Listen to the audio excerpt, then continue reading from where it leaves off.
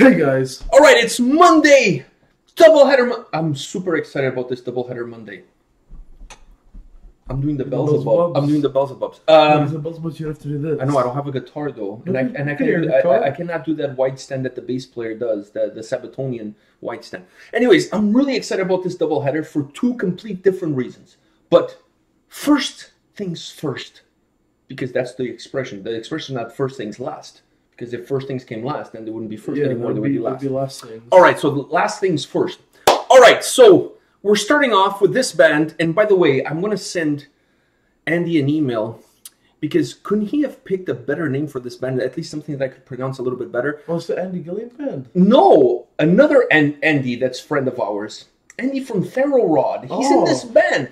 The same dude that charges $0 for our intro to every single video that we do on this channel. Yeah. You know, the little guitar... By the way, the most iconic intro. Yeah, for the folks at home that don't know that the little guitar intro at the start of every single A&P-REACTS video was done by Andy from Ferro Rod. Yeah. Yeah, he reached out to us and asked us if we wanted something like that, and we said yes. This was like over a year ago when we discovered Ferro Rod, by the way. So anyways, he sends me an email saying, by the way, it's Andy here. I don't know if you still remember me. I think he's being sarcastic, but anyways, I have this band, this project that I'm with, and we have a new song, a new video. The name of the band is Aeon Zen, and the name of the song is Inveritas. I was going to say Aeon. No, it's Aeon Zen. Aeon Zen. Okay, Inveritas, and he's like, oh, and he features Vadim from DragonForce. Woo! That's interesting. This is a lyric video. So he's like, would you guys mind checking it out on the channel? You know, like, you don't have to, but would you? I'm like, dude. We kind of have to. You created the intro for our channel. You could ask me for a kidney, and I could not say no. Don't ask me for a kidney. But you could ask me for a kidney, and he would not say no. You can't quote him on what he just said. Exactly. Because he might say no. You know, instead of a kidney, I'll send you a $15 IKEA gift certificate. Because he's Swedish. Yeah. So I figure, you know. You can always go for some meatballs. Because let's face it, artists these days are really starving artists, so he perhaps doesn't have a lot of money to spend on food. IKEA food is really good. Better than the furniture. It is. You know, I'm just saying, I'm not hating. I was sitting on that toilet in IKEA and I wasn't really feeling that stable. I'm just saying, the food is slightly better than the furniture. That says a lot. Anyways. So yeah, so this band features Andy from Ferro Rod. Isn't that cool? Yeah. All right, the second band is cool too, but let's concentrate on this. Are you ready for this? Yeah. All right, let's do this.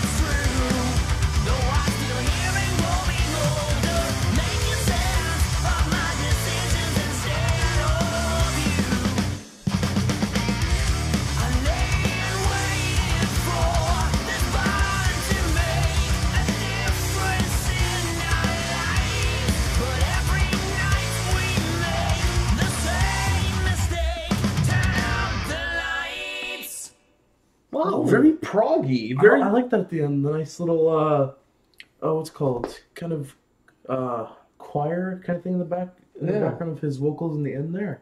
I was gonna say, very different, very proggy. It had a kind of reminded me. It's very different from Thera. Oh, like yeah, you can't even start to. It's like apples and oranges. You can't even compare them. No, I mean they're both round. They're both fruits? They're both fruits. Okay, so then maybe they're pretty tasty. So there's some comparisons. Both some juices of each. Okay, can we move on from this fruit nothing? Some of them have leaves off of them. They both grow from trees. All right, fine. All right, so maybe you can compare them. All right, so anyways, it kind of surprised me. I wasn't really expecting. I didn't know what to expect going in, to be honest with you. The way he sold it to me, it almost sounded like something that was recorded in his basement. Yeah, because he's like, just can you do me a favor and all that? So it's like, oh my god, this must be absolute shit, and he knows it. You know what I mean? Like, he's not really selling it. So, but anyways, no, it was really good. I really liked the proggy feel that it had. Very progressive, specifically on the guitar side of things. Especially in that part where it kind of slowed down a lot. Yeah, but it was, and the bass. Yeah. There's certain parts where the bass really comes to the forefront, and you can really hear that nice, cool bass line.